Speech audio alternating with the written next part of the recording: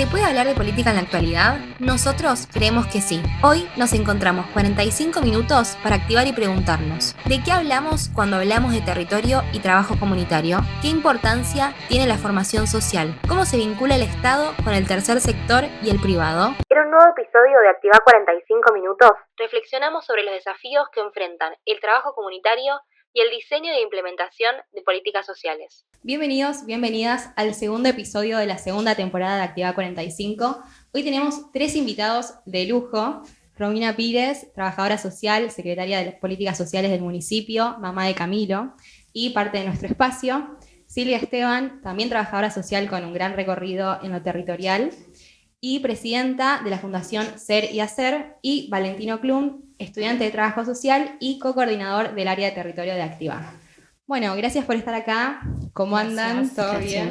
Bárbaro. Todo bien. Bueno, si quieren, para arrancar, podemos empezar un poco cada uno contando cuál es su recorrido, de dónde viene su relación con el territorio, con el trabajo comunitario. No sé quién quiere arrancar. ¿Arrancás vos? Sí, arrancar. Yo. Bueno, yo siempre digo 2 o 3 cosas que es de mi origen. Primero, la capilla de mi barrio, que desde los 7 años empecé Acción Católica y me formé y, bueno, dirigí, y parte de lo que aprendí, de lo que soy, es gracias a ese recorrido. Hace 20 años que trabajamos juntas con Silvia, arrancamos en un programa llamado Pro Niño, allá por el 2004, en Villa Rosario. Después armamos juntas Giravida en Noroeste en el 2008. Después, bueno, fuimos armando otras cosas y hoy seguimos trabajando desde lo comunitario, lo social y la mirada puesta en sectores quizás más vulnerables que necesitan un poco esa mirada integral de lo social. Bueno, ¿qué tal? Gracias por la invitación. Yo soy trabajadora social también, empecé hace 30 años y mis 10 primeros años de trabajo fueron en el Centro Comunitario San Roque, que fue como mi primera experiencia. Sí, había militado en Acción Católica también, pero mi primera experiencia con el territorio en realidad fue ahí, en el Centro Comunitario. Y creo que después de pasar por un espacio comunitario es muy difícil entender, por lo menos desde mi punto de vista, la profesión desde un lugar que no implique la participación activa del otro, ¿no? Entonces, a partir de ahí, pues sí, obviamente que he trabajado y transitado otros espacios que son más institucionales, pero siempre en paralelo el trabajo desde lo comunitario. Con Romy en el programa Pro Niño de la Asociación Conciencia, y después en el programa Giravida, que creo que fue lo que, digamos, nos permitió a nosotros diseñar el programa que soñamos, y que por ahí después de transitar otros espacios uno piensa, bueno, ¿qué le agregarías? ¿Qué le faltaría? ¿Qué sería como lo ideal para nosotros? Bueno, creo que ahí en Giravida pudimos plasmar lo que nosotros sentíamos que es y que representa el trabajo comunitario real. Y después de transitar ese espacio, bueno, fuimos conformando otros espacios con un grupo de gente que piensa parecido. Y hoy por hoy, hace ya unos años, armamos la Fundación Ser y Hacer, que también nos posibilita esto de dar origen, de ver nacer y desarrollarse programas sociales que responden un poco a nuestra mirada, ¿no? ¿Quieres contar un poco más del trabajo que hacen en la Fundación? Por ahí, para el que no está familiarizado. Sí, en la Fundación tenemos actualmente 3 programas, cada uno en su momento, digamos, de desarrollo. No están todos en el mismo momento, y eso está bueno porque los programas sociales se van construyendo con el tiempo y con los otros también. El programa que venimos trabajando hace muchos años en alianza con RCE, en este caso con la Fundación Pampa Energía, es un programa que acompaña, son becas educativas que acompañan trayectorias de alumnos de las escuelas técnicas y alumnos universitarios. Ahí tenemos un equipo bastante importante de diferentes profesionales que acompañan esa trayectoria. Después tenemos el programa de responsabilidad digital, que también lo conforma un grupo que se ha preparado mucho y que trabaja todas cuestiones de cómo impacta las tecnologías en la vida cotidiana con temas muy sensibles como grooming, bullying y demás. Y otro programa que es un poco más nuevito, que se inicia como están en proceso también de ir transformando, que está bueno de ir mutando para encontrar su lugar, que es un programa de acompañamiento en duelo y en situaciones de crisis, que bueno, Bahía Blanca ha atravesado muchas y a raíz de eso también van surgiendo programas nuevos. Y siempre hay algunos otros programas que por ahí todavía están guardaditos ahí, pero que van tomando forma de a poco. Bien, y en tu caso, Valentino, ¿querés contar un poco? Bueno, también como en unos primeros momentos en mi adolescencia, se quiere en la secundaria, obviamente, en esa acción de querer formar parte de un grupo de centro estudiante que nunca se terminó de conformar, pero fue una acción, un primer momento de poder llevarlo adelante. Y también quizás se quiere en esa instancia la vocación de servicio, habiendo participado en grupos Scouts San Pantaleón. Así que algo de ahí creo que mi historia ha llevado a, bueno, quizás a donde estoy hoy y también haber llegado a ser estudiante de una carrera como es trabajo social. Y bueno, en la actualidad siendo coordinador del área de territorio y desarrollo social, en nuestros inicios con Activa, previamente no teniendo nuestro nombre, nuestra identificación, pero sí tratando de buscar cómo jóvenes o pibes organizarse para que se quiere dejar un aporte en nuestra ciudad o en nuestro entorno. Así que eso es un poco mi recorrido. Y bueno, hoy en día sí con otro tipo de trabajo y otras proyecciones también dentro de actividad y territorio particularmente. Bien, hablemos un poco de lo territorial, del trabajo comunitario, que un poco fueron contando, tiene mucho que ver con los espacios que recorrieron, tiene mucho que ver con el vínculo entre ustedes, particularmente tanto desde lo laboral como lo personal. ¿Cómo es para cada uno, cómo fue ese primer contacto con el territorio? ¿Qué recuerdan de ese momento? Buena pregunta. Nosotros, hablar del territorio también es haber hablado de dónde venimos, ¿no? Viste que yo nos escuchaba recién y tuvimos todos un pie en antes de estudiar algo de SCAU, Acción Católica, donde para muchos fue el apostolado, hacer un servicio, ir a ayudar a otro, estar una tarde compartiendo, no sé, se me viene una imagen del hogar del anciano, ir a compartir toda una tarde al hogar del anciano y hacer actividades o festejar el Día de las Infancias en el barrio. Creo que haber pasado por esos lugares nos permite pensar hoy el territorio desde otro lugar, porque después cuando estudiás le vas poniendo nombre a lo que ya conociste, pero no sé, no le decíamos territorio cuando éramos chicos, seguramente.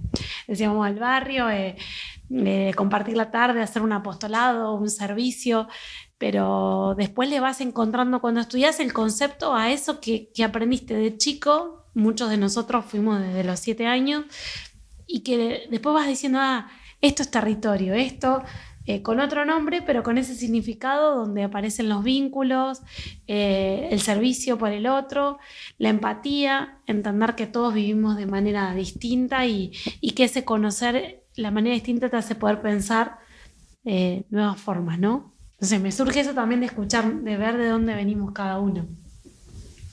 Sí, yo en realidad por ahí, yo creo que el primer contacto con, digamos, lo que vos preguntabas de que recordás el primer contacto con el territorio, con lo comunitario, obviamente mirando para atrás, ¿no? Porque yo creo que el territorio o lo comunitario, porque uno piensa en lo barrial, pero creo que a veces cuando uno va a instituciones también son comunidades sin ser territorio, como lo entendemos geográficamente, ¿no?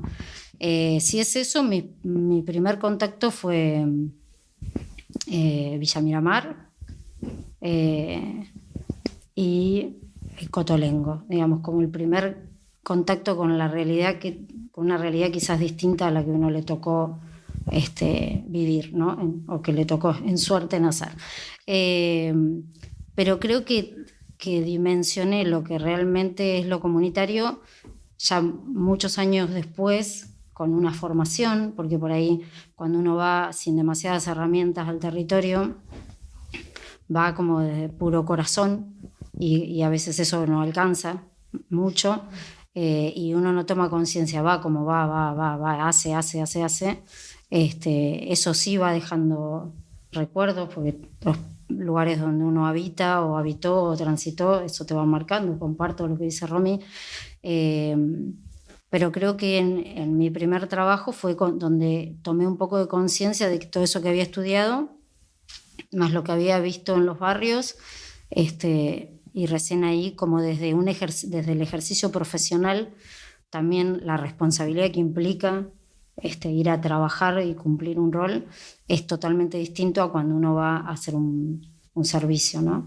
Y creo que ahí en mi primer trabajo tomé dimensión de la importancia de cuando uno toca vidas de otros y cómo uno, porque cuando uno es joven cree que sabe todo, obviamente, y si sale recién recibido ni te cuento, y después cuando vas a la realidad y entendés que digamos, tenés que construirlo con el otro y eso que pensabas que sabía no era tan así. Uno tiene la teoría, no tiene la práctica, por más que haya transitado territorios, y la práctica es lo que en realidad te termina de formar como profesional, y después uno elige también desde qué lugar pararse, ¿no? Pero creo que uno se va armando y después el compromiso, desde qué lugar lo haces. Desde un lugar del saber, desde un lugar de humildad y de construir con el otro. Eso ya es una elección, creo. Eso no te lo da la carrera, te lo da, creo que la práctica, justamente. ¿Y en tu caso? Sí, no, y ahí pienso, te retomo ahí como qué importante esto, ¿no? Pienso en la juventud también, digo, qué importante esta participación o el acercamiento estando en un proceso de formación, no necesariamente del trabajo social como han sido ustedes, sino de otras carreras, porque hace un aporte a su formación y pensar desde otra lógica esta relación, ¿no?, entre la praxis y la teoría, y creo que se resignifica en un futuro, como dijiste vos, cuando me recibí o cuando tuve mi primer trabajo, como encontrar ahí realmente ese acercamiento y entenderlo. Y a mí particularmente me pasa algo muy loco que pienso cuando fueron nuestros inicios en actividad, que era durante la pandemia, y nosotros en ese momento surge la idea, cuando con Martín y hablando así en un grupo, y Frank que estaba por acá atrás, que habíamos, una cuestión en pandemia, el trabajo no era para todos, era una cuestión que estábamos todos limitados, y como jóvenes la idea de hacer una colecta, entonces por ahí surgió esta idea de decir, che, ¿qué ayuda podemos dar estando de nuestras casas? Y surge esa idea. Pero ahí capaz que ni siquiera fue el acercamiento, fue a través de un teléfono y pensar una idea de una colecta y poder ayudar a otras personas. Pero por fuera de eso, lo comunitario creo que se impacta más hoy en el trabajo que hacemos nosotros, por lo menos de territorio, en cómo hacemos ese acercamiento con las instituciones y su comunidad, porque también ese acercamiento uno lo hace de un lugar de siendo externo, y para los vecinos, para los demás, uno es desconocido, uno viene desde afuera. Y hoy uno, cuando va entendiendo la dinámica y la vida cotidiana, que es lo más importante, puede hacer otro trabajo en esos espacios. Y ahí uno entiende que ese lugar donde habitan ellos está organizado de una manera, y ahí el impacto, si se quiere, desde nuestra formación o en proceso de formación, es lo que hace el aporte y puede salir un poco de esta idea de ayudar. Como ese acompañamiento más técnico, si se quiere, pero bueno, resignificando también lo que la comunidad hace, ¿no? Sí, tal cual. Algo que surge mucho en los tres es la importancia de la formación o las herramientas que les fue dando la formación.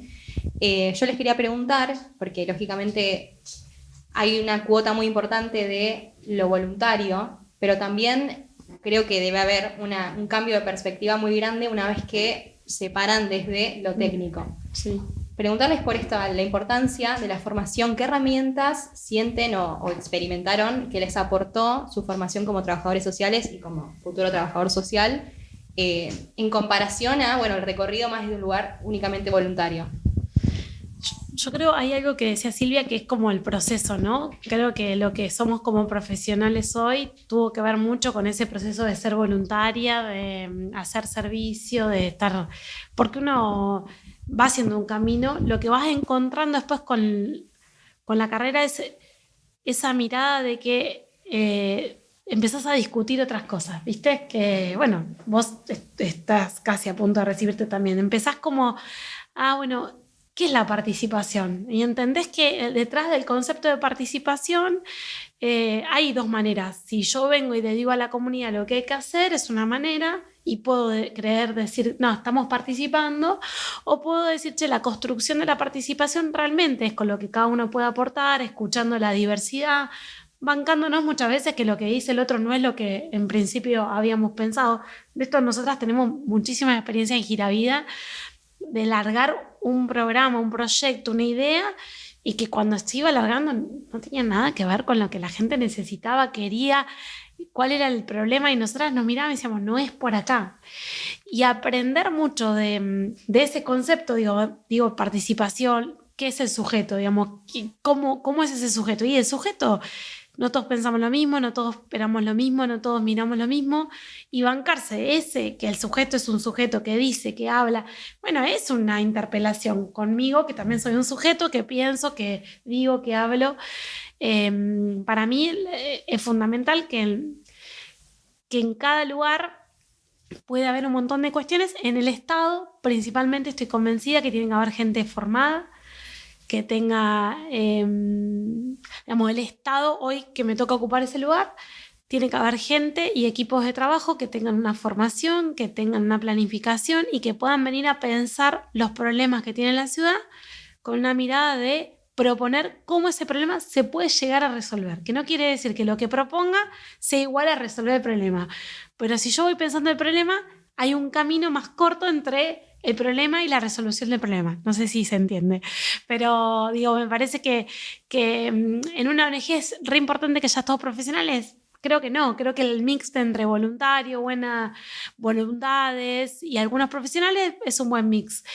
En el Estado creo que cada vez más se requiere gente que tenga herramientas precisas, por eso la diversidad de profesiones me parece que es súper importante, y que sobre todo planifiquen una ciudad para que pueda estar mejor. Y una ciudad mejor es que tenga que los problemas que no sé, que hay hace 20 años estén un poco mejor, ¿no? Que no tengamos los mismos problemas que hace 20 años. Te doy la palabra. Yo creo que en relación a esto que vos decías, bueno, que la formación, que es lo que nos aporta, yo creo que es porque, digamos, uno puede actuar solo desde el sentido común y de la buena voluntad, o puedes, digamos, yo creo que la formación lo que hace es que te muevas de ahí, que podés tener buena voluntad, usás el sentido común, lo usamos todo, pero tu intervención desde lo social la haces desde una mirada profesional. Creo que esa es la diferencia cuando uno está formado, que, digamos, y lo segundo es la responsabilidad. Digamos, la formación te da un montón de herramientas, pero te da algo que se llama responsabilidad profesional, y creo que uno tiene que ser consciente de eso. Entonces te aporta un montón de herramientas, pero esa herramienta que te da uno tiene que saber usarla bien, a conciencia, y también te da un marco teórico y un marco ideológico, digamos. Cuando uno se está formando te muestran, o deberían mostrarte, como todas las miradas, y uno elige de esas miradas qué es lo que te representa. Uno puede cambiar, obviamente, no tienes que pensar siempre igual, pero te aporta eso, la posibilidad de elegir un marco teórico, ideológico, y correrte del sentido común, porque muchas veces pareciera que el ámbito social o las intervenciones sociales solo tienen que ver con eso, con gente buena que hace cosas buenas por otro que lo necesita, lo cual es una mirada súper simplista, donde deja al otro en un lugar de pasividad y uno es que es requete bueno. Y en realidad no, es una responsabilidad, para eso nos formamos y tenemos que ir al encuentro del otro, que también tiene un montón de cosas para aportarnos. Pero creo que sobre todo la formación te da responsabilidad, o debería darte conciencia de esa responsabilidad. Bien, bueno, nosotros en Activa somos un espacio de jóvenes creo que la mayoría no estamos recibidos todavía, estamos todavía en el proceso de formación, que es nuestro caso. Bueno, en todas las disciplinas que son muy diversas, hay abogados, gente de comunicación, bueno, trabajo social. Un poco uno de nuestros compromisos diarios es con esa formación, que no tiene que ser solamente desde lo formal, sino puede ser con el aprender o adquirir herramientas que sirvan para ayudar, dar una mano a un otro. Vos, Tino, particularmente desde la militancia, pero también desde la proyección profesional, ¿cómo ves esta cuestión de la formación? No, a ver, bueno, tomo como consejo todo lo que dicen las chicas porque el día de mañana va a ser un poco eso, pero claramente en mi recorrido agradezco también formar parte de un espacio de militancia con esta perspectiva, obviamente, porque yo creo que ese gran aporte para cuando yo me toque ejercer en algún espacio o donde sea, poder darle esa vuelta o esa mirada a mi experiencia acá. Bueno. Obviamente que la militancia tiene un poco de voluntad, bastante diría yo, de buena voluntad, porque bueno, no requiere ningún sueldo ni nada por el estilo, entonces uno pone su impronta y ahí donde está si se quiere, como jóvenes, ¿qué adoptamos de los lugares donde nos estamos formando? Donde estamos formando es, como decías vos, puede ser por un lado en nuestra carrera profesional, o puede ser juntándonos con el grupo para pensar qué proyecto vamos a hacer, o puede ser con los mismos vecinos que hicieron un proyecto anteriormente y decir, nos estamos formando en base a la historia de ellos. Así que yo lo resignifico y pienso en esto de no caer de nuevo en las buenas voluntades, porque así los proyectos también se caen y también nos lleva a un espacio que no está tan bueno, que es la frustración, más que nada en el ámbito social. En el ámbito social, si uno no renueva las perspectivas, no se forma, no genera nuevos espacios de discusión y de debate, lo que uno propone se cae y todo el tiempo se resignifica. Así que nada, también esto como que agradezco formar parte de este espacio y también como invitar a otra gente que participe en otros espacios y que también su aporte desde cualquiera sea su formación profesional se resignifica ahí, ¿no? Así que nada, es un poco eso lo que pienso y me parece que importantísimo, más en estos tiempos. Bien, ahora una pregunta estrictamente para su rol de trabajadores sociales, futuro trabajador social, es si por ahí revisamos o pensamos cómo se fueron pensando o diseñando las políticas sociales a lo largo de los años. ¿Ven un cambio de perspectiva en el último tiempo? ¿Y cuál es en ese caso, si ven ese cambio de perspectiva? Nunca Silvi. Sí, cambiamos, ya me he aburrido. Arranca Silvi. La que se anime. A ver, sí, no, yo te doy mi punto de vista. Yo creo que sí ha habido una evolución en las políticas sociales, las políticas públicas, ¿no? Pues nosotros desde el ámbito de las organizaciones sociales también hacemos política social, no es una política pública, pero es política social, y creo que, digamos, la evolución de las políticas sociales públicas van cambiando en un juego entre el Estado, la sociedad y el mercado o la economía, digamos. De ahí de ese movimiento surgen las políticas sociales, y obviamente que a medida que va cambiando la sociedad, también que va cambiando la cuestión ideológica de quien ejerce el gobierno en cualquier ámbito, digamos, eso también cambia la perspectiva del diseño, de cómo se diseñan las políticas públicas. Por ahí en un inicio iban más de la mano, en el inicio, en los años 40, va más de la mano de lo que es el mundo obrero, trabajador, y las políticas públicas iban en respuesta a ese movimiento obrero fuerte. Después, digamos, fue como mutando. En los años 90 las políticas públicas eran más focalizadas, centralizadas, y de los 2000 en adelante la política pública sí creo que hizo un salto bastante importante que tiene que ver con la cuestión de incorporar la perspectiva de género, la inclusión, la diversidad, la participación ciudadana.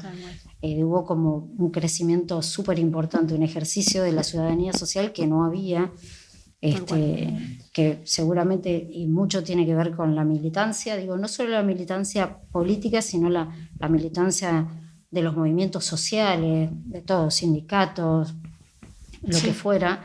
Y creo que hoy por hoy, después de muchos espacios ganados, gracias a las políticas sociales, conviven, por un lado, esas políticas sociales participativas y representativas de mucha gente, y van surgiendo ahora otras políticas sociales que responden a otro tipo de modelo que tiene más que ver quizás con el mercado y con el ajuste fiscal que con lo que veníamos viendo. Creo que conviven, no creo que una haya tapado a la otra, porque creo que la comunidad, cuando gana ciertos territorios, tampoco es tan fácil correrlos, ¿no? Quizás ahora esas dos están como en lucha, pero creo que conviven. Pero que creo yo que se ha avanzado muchísimo en políticas sociales. Sí. Yo comparto lo mismo que dijo Silvi. Creo que la cuestión de la diversidad y el género también son, como decía ella, dos componentes fuertes de los últimos 20 años. La participación social, estudiantil, juvenil, creo que ha sido como muy resaltada en los gobiernos desde que asume Néstor Kirchner, digamos, ha habido como una fuerte impronta a poder generar espacios de participación. La creación de las universidades es un claro ejemplo, públicas es un claro ejemplo de eso. Y me parece que a nivel local, yo trato siempre de pensar lo macro y lo micro, a nivel local creo que hay una deuda fuerte en poder diseñar políticas públicas con mirada local. Un poco lo que venimos haciendo en esta gestión es poder pensar el diseño de una política local y no tanto como se vino haciendo en los últimos años, que era copiar y pegar, ¿no? Copiar políticas provinciales o nacionales y pegarlas y hacerlas a nivel local. Creo que eso es digamos, hay que poder repensar el diseño de las políticas a nivel provincial y nacional, que son aportes, pero que eso también esté pegado a una estructura local, ¿no? Al diseño de políticas locales. Sí, por ahí agrego, ya te dejo, que por ahí también en esto que hablábamos de las cuestiones sociales que a veces son tan cambiantes y que uno tiene que ir como, a veces viene la política social como a dar respuesta a algo que ya surgió, y a veces es al revés, y va como yendo y viniendo, y hay que tener la flexibilidad para poder ir también rediseñando lo que haga falta. A veces hay cuestiones que vienen como a romper con esas políticas sociales. Yo pienso en el equipo de Romy, que debe haber, que todo, digamos, el equipo municipal, que por ahí estuvo diseñando una política pública, y que una situación como puede ser el temporal o la inundación viene como en la urgencia, esa política pública que pensaste, por ahí se tiene que, esto es algo que yo creo, se tiene como que correr del lugar, tenés que priorizar la emergencia y después ver cómo continúas con esa política. Digo, hay algunas cuestiones que vienen como a interrumpir a veces lo que uno planifica, y uno tiene que poder tener desde lo social la capacidad de adaptarse a esa realidad sin perder de vista lo que quiere como objetivo, ¿no? Porque no es que uno, bueno, hay una emergencia y nos olvidamos de lo demás. Pero por eso las políticas sociales son tan dinámicas, porque no responden solo, está bien que así sea, solo a lo que piensa el que la está diseñando, sino a la realidad que está atravesando esa sociedad. Sí, ahí de vuelta la importancia de la formación específica para los roles, tal cual. Sí, y por ahí un aporte, como digo, pensar, digamos, las políticas, claramente nosotros lo vemos en la carrera y ese cambio se ha dado, como ha cambiado. Algunas se sostienen, como lo sabemos, las políticas más universales siguen estando, digamos, la universidad, los hospitales, hay cuestiones que siguen estando, pero digo, pensar que las políticas públicas también son de todos los ciudadanos y no como de quien lo necesita, porque por ahí se asocia mucho el recorte de políticas sociales para un grupo específico. En realidad son de todos los ciudadanos y están hechas para poder convivir mejor en comunidad, para tener un mayor grado de equidad. Pienso ahí que importante el rol, por un lado, de los trabajadores, ya sea del Estado o de otros espacios, y de las organizaciones y también de los propios ciudadanos, para poder reconocer cuáles son esas políticas y que son de ellos, o sea, que son parte de ellos, para poder defenderlas cuando en algunas situaciones, ya sean los tipos de gobierno o como uno quiera verlo, vienen a romper eso y a cuestionarlo. Ahí como el posicionamiento, pienso yo, para poder defender esto y no defenderlo de un lado de batalla, sino de decir es algo que está reconocido, es nuestro, y ahí posicionarse. Bien, hablaban del dinamismo, hablaban mucho también de la evolución. Si bien yo imagino que no es un trabajo que está hecho y que, bueno, ya está, ¿creen, o mejor dicho, cuál creen que son las temáticas o los enfoques, los alcances que hoy están faltando? Por ahí vos decías, Romy, la deuda con lo local, estamos hablando de algo de alcance, pero también puede ser alguna temática, algún tipo de enfoque que hoy todavía le esté faltando al diseño de las políticas sociales. Y ahí tendría que pensar más, pero yo creo que tenemos una deuda fuerte con la primera infancia. Nosotros este tiempo diseñamos centros de primera infancia con una mirada puesta en la importancia de los primeros años. Ahí también hago el aporte de la importancia de lo académico, ¿no? La academia hace muchos años viene estudiando temas y viene haciendo aportes. Recién vengo de un taller en Harding Green donde a lo último decían los desafíos que tienen las organizaciones comunitarias, ¿no? Hay 4 o 5 instituciones que estudiaron cuáles son los próximos desafíos que tienen las organizaciones sociales, ¿no? Y hay 5 puntos de esos desafíos.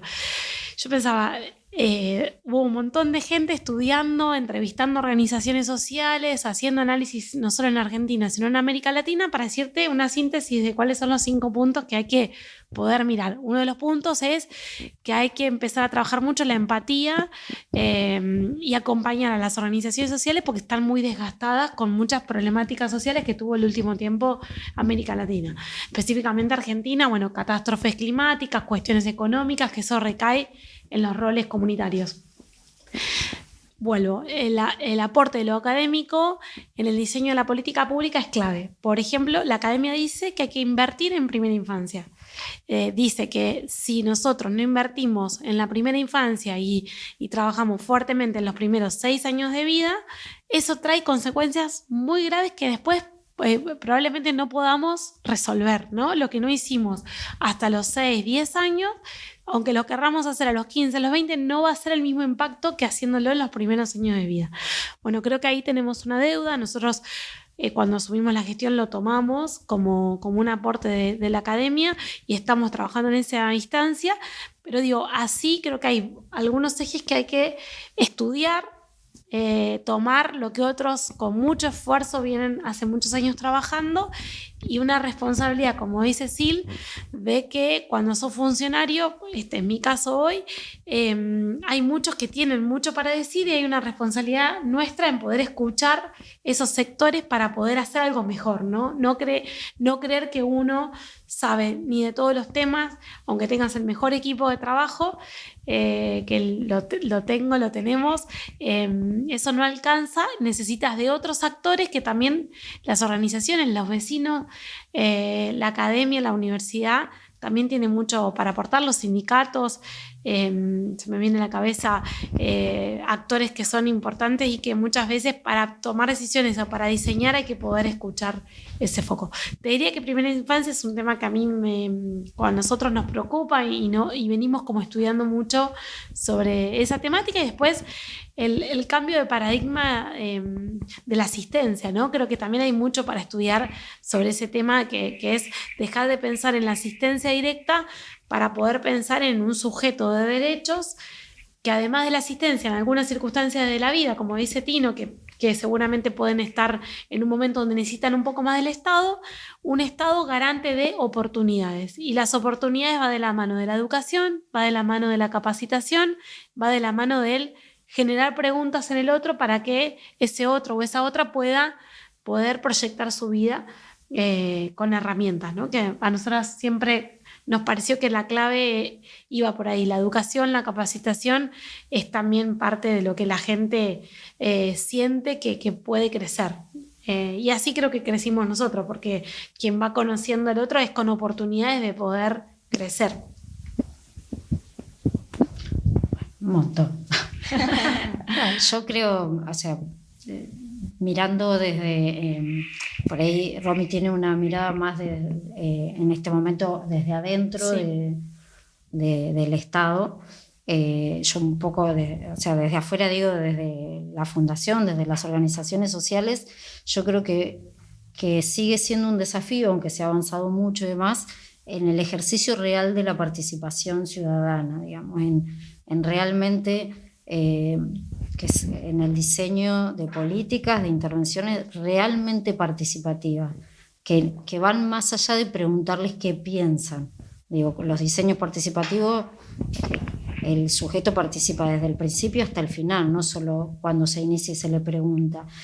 Sé que es muy difícil porque cuando hay que diseñar para todos, es muy difícil preguntarle a todos, pero creo que ahí entran en juego las organizaciones sociales, la gente que trabaja en el territorio hace mucho tiempo. Yo creo que sigue siendo un desafío, y en estos tiempos de crisis sociales, ideológicas y demás, creo que es donde más hay que trabajar lo territorial, porque es ahí donde uno tiene que seguir fortaleciendo esta cuestión de los derechos, que es lo que, digamos, el riesgo que corremos si no escuchamos a los que la están pasando peor o no, pero creo que es ahí, en una participación real, no solo desde la palabra ni desde una encuesta, sino realmente dándole el protagonismo que corresponde. Eso creo que es un desafío. Parecía un terreno ganado hace un tiempo y creo que ahora vuelve a ser un desafío. Y otra cuestión que también me parece que es medio transversal es la cuestión de todo el avance de la tecnología y las redes sociales digitales. Creo que también es un desafío que atraviesa a toda la cuestión social, para bien o para mal, y creo que es algo que es nuevo, obviamente, de hace unos años a esta parte, pero creo que es un gran desafío, digamos. Bien, te quería preguntar específicamente sobre eso. Obviamente, invitados ustedes dos también a sumar su aporte. ¿Qué desafíos concretos traen, bueno, todos estos nuevos entornos digitales al diseño y la implementación de políticas sociales? Que imagino que un montón de dificultades más. Sí, yo creo que trae un montón de cosas buenas, porque, digamos, primero permite que mucha gente acceda a muchísima información que de otra manera no accedía. Puede acceder inclusive a un montón de programas y planes, digamos, sociales o lo que fuere, que antes quizás tampoco, porque no podía llegar. Creo que a quien le toca diseñar políticas le aporta un montón de datos, puede relevar de manera masiva un montón de datos que antes no se hacía uno a uno. Los desafíos, la brecha digital, porque tenés un montón de gente que está por fuera de todos esos avances, por más que tenga un teléfono. Digo, Sí. El poder saber usar esas herramientas digitales, también eso, esa brecha digital creo que es un desafío en el acceso concreto y en el saber manejarlo. Creo que en lo digital también, así como aporta un montón de información, también aporta un montón de información que no es real, entonces se vive como en un mundo paralelo. Y creo que tiene un impacto, como que toda la cuestión tecnológica avanzó un montón y recién ahora estamos como reflexionando sobre el impacto en la salud física y mental y el impacto, digamos, en lo comunicacional. Hay un montón de impactos que recién ahora creo que se están dimensionando y que son un desafío. Yo no sé si decir que es algo malo, pero sí me parece que es un desafío importante para que todo eso bueno se pueda usar. Creo que tenemos que prestar mucha atención a esos desafíos, que son muchas cuestiones que pueden generar un peligro, pero bueno, es algo que es real y que no se va a ir, al contrario, va a seguir avanzando. Entonces hay que formarse en esas cuestiones. Comparto. Nosotros desde el Estado municipal incorporamos bastante la tecnología al nuestro sistema de políticas públicas. No sé, el último plan calor lo hicimos todo a través de Mi Bahía. ¿Qué beneficios nosotros vemos para mí es como una doble rueda? ¿Qué beneficios y qué desafíos nos esperan?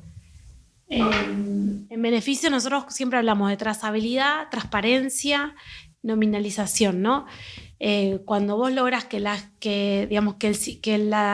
cuestión tecnológica te aporte a la política pública, vos haces que todos puedan ingresar, lográs el nombre y el apellido de quien se anota.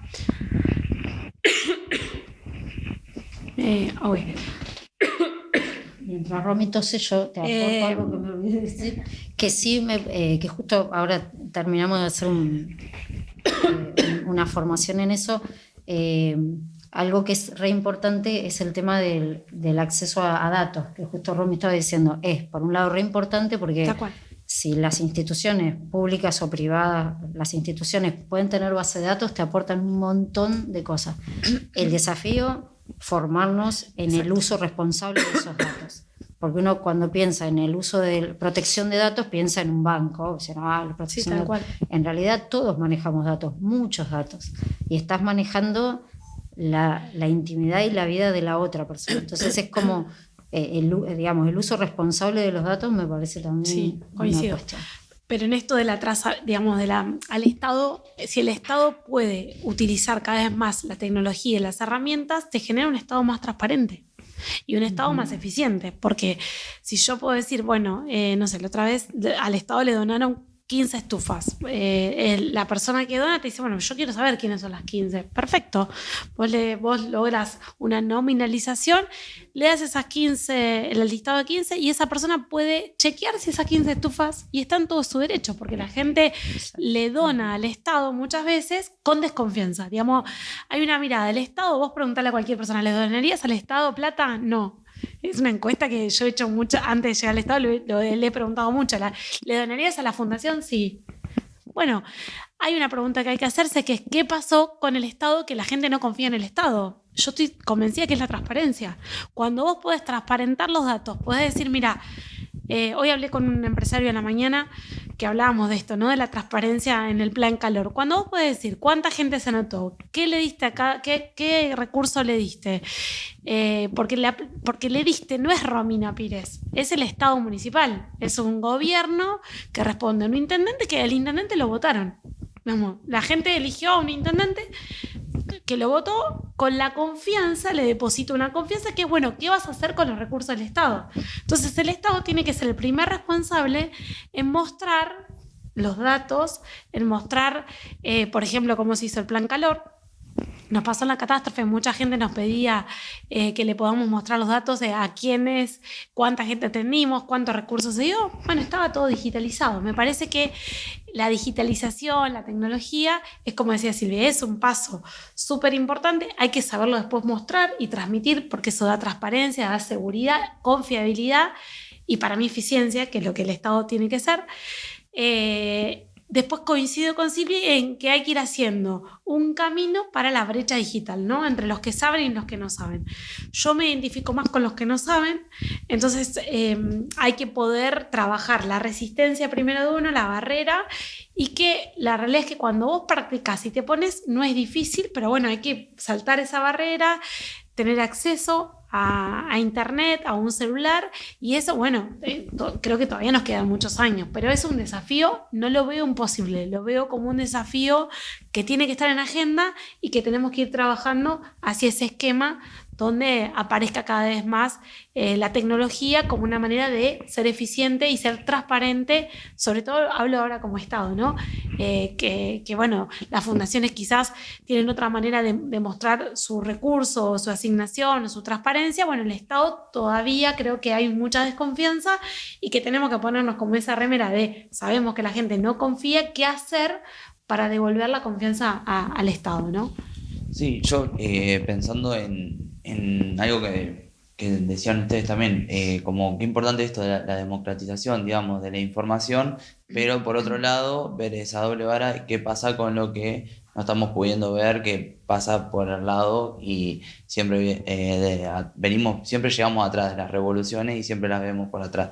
Entonces ver qué está pasando con esa información, también entender que es algo que, bueno, nosotros lo vemos en el barrio, que por ahí los pibes y las pibas, digo, menores de edad, que acceden a un teléfono y también hay un mundo ahí adentro, están pasando cosas y qué hacemos con eso. Por ahí también pensar, quienes tengan una responsabilidad o en un futuro, por un lado, digamos, la educación digital se quiere, que es un poco esto que hablábamos, y también las reglas claras para ver qué información hay en esos espacios. Por eso que digo, como por un lado también esto ayuda, por ejemplo en el Estado, y algo que se nos fue de antes, pero digo, esta conexión también entre el Estado, entre la empresa y las organizaciones es algo que tiene que ser parte, y acá si se quiere la digitalización ayuda a ese nexo entre ambos, por algo que decía Romy, que es la trazabilidad. Pero bueno, simplemente eso, digo, como que faltan reglas claras para ver qué es lo que hay en la información y también quién la tiene y de qué manera la usa, es algo a cuestionarnos hoy, en la actualidad. Bien, retomando un poco lo que mencionabas recién, preguntarles ya para ir cerrando, si pudieran sintetizar, ¿cuál creen que es el rol que cumplen hoy en la sociedad de hoy las instituciones y los espacios comunitarios? Y también, ¿cuál es el papel que tiene que cumplir el Estado y el sector privado? Para nosotras es clave. Muy amplio. Sí, es amplio, pero siempre, nosotros siempre, ¿te acuerdas del libro que leímos de gestión? Sí. De Alicia Kirchner.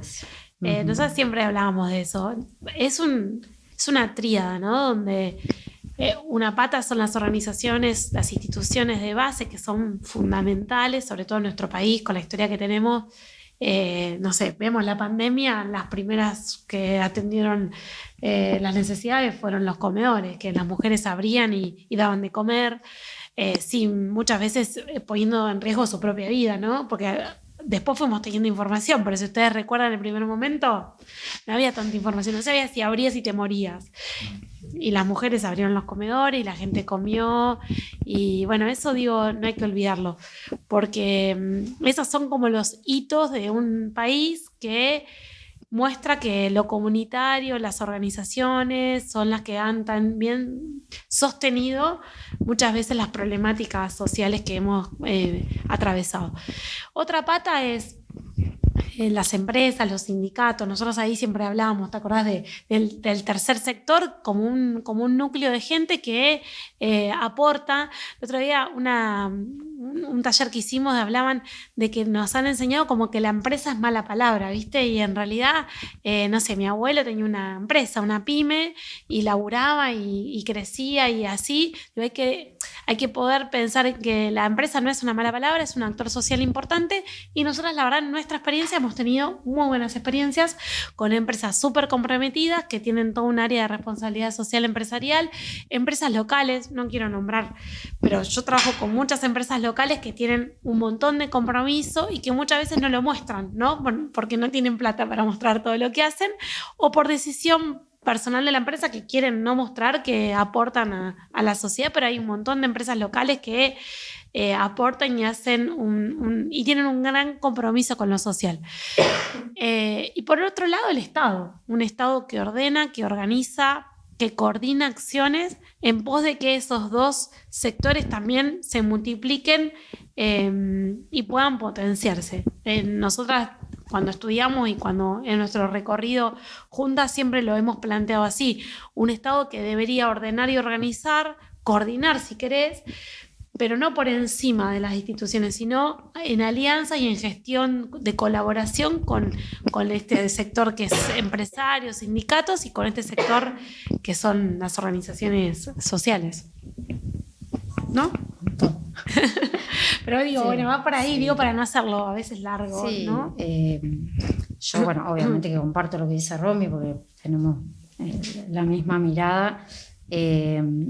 Yo creo que las organizaciones sociales, por ahí, que en un principio, hace muchos años, se las relacionaba solo con la cuestión asistencial esto puro corazón, y en realidad las organizaciones sociales son actores fundamentales en los territorios, porque las organizaciones sociales son la comunidad en realidad, ¿no? Cuando uno piensa no en instituciones, sino en esas organizaciones sociales de base que están conformadas por esos ciudadanos que son los que participan, por esa comunidad justamente, que son los que garantizan el acceso a derechos, la inclusión, cuestiones culturales, digamos, sostienen lo comunitario, digamos, y permiten que aquellos que por ahí no tienen tan fácil acceso lo puedan tener. Creo que son puente en muchas cosas las organizaciones sociales con la participación real de la comunidad. Toda la parte empresarial, la parte de RSE de las empresas también ha crecido un montón. Creo que tienen digamos, como que ejercen una ciudadanía empresarial, vamos a decirlo de esa manera. Para afuera, uno también piensa que las empresas solo hacen una contribución desde lo económico, y digo económico de que dan plata para un proyecto social, y en realidad las empresas creo que han avanzado en eso y se implican en el diseño a veces de programas, de formación, de capacitación, no solo en entrega de dinero. Entonces eso me parece re importante, y además internamente muchas veces se trabaja con la parte corporativa, digamos, el voluntariado corporativo y todo. O sea que hacen como un doble ejercicio hacia adentro con sus propios empleados y hacia afuera con la comunidad o con el Estado, digamos. No siempre la alianza es solo con la organización, a veces la alianza de las empresas es con el Estado. Y el Estado, la verdad que yo creo que debe ser garante de todo eso, ¿no? Como el que invita a la mesa a poder, a que todos se encuentren, puede ser parte o no, pero sí creo que es garante de un montón de derechos, y creo que tiene responsabilidad en que todos puedan acceder a esas cuestiones, digamos. Desde las organizaciones sociales nuestro desafío siempre era tener impacto en la política pública, ¿no? Porque creo que desde la base muchas veces surgen programas y proyectos súper interesantes, a veces surgen desde arriba y a veces surgen desde abajo, y lo ideal sería que se encuentren ahí en el medio, pero creo que son todos actores importantes, y si esos actores pueden trabajar juntos, eso sería como lo ideal, porque uno potencia al otro, digamos, ¿no? Nadie viene, ni la ONG viene a hacer lo que tiene que hacer el Estado, ni el Estado, digamos, cada uno tiene su responsabilidad, pero sí creo que el Estado debe ser garante de eso, digamos, y debe tener un rol activo para que eso se pueda dar. Igual. Sí, yo pienso ahí también, lo hablamos un poco en relación a esta transformación o evolución de las políticas sociales, las políticas públicas, pero también pienso cuando hubo un cambio de paradigma, si quiere, por los modelos económicos, políticos, si se quiere, y pienso en lo que vemos hoy en la cotidianidad, hablando de organizaciones sociales y demás, qué es lo que hay y si esto vino para quedarse. Entonces, si vino para quedarse, ¿cómo se organiza todo eso para que al fin, digamos, haya este ámbito de una comunidad más organizada, y ahí el rol, sí, como decían las chicas, el rol del Estado coordinando e invitando a que esto sea un círculo de transformación, porque al fin y al cabo las acciones que realizan las organizaciones o que realizan el Estado son para transformar algo, la realidad que es la que estamos viviendo. Entonces, ahí ver cuáles son los canales, cómo mejorar eso y cómo generar mejores ámbitos de participación, porque probablemente lo que pasa es que en muchos ámbitos, por ejemplo de nuestra ciudad, lo que se está haciendo en un lado, en otro ya se hizo, claro, y se pueda volver a replicar. Bueno, gracias por acompañarnos hoy, gracias Silvia, gracias Romy, gracias Tino, la verdad un placer escucharlos, espero que vuelvan pronto, que nos visiten en alguna otra oportunidad, y invitamos a los que están escuchando, también gracias por quedarse hasta acá, a escuchar los episodios anteriores en Activa 45 minutos, tanto por YouTube como por Spotify. Y bueno, los esperamos para los próximos episodios. Gracias, Ando. Muchas gracias. Gracias. Perdón. Esto fue Activa 45 minutos, un podcast producido por Activa Juventudes y Militancia. Si quieres enterarte de los próximos episodios, suscríbete y activa la campanita. Encontrá nuestros episodios en Spotify y no te olvides de seguirnos en Instagram y TikTok como @activa.ab.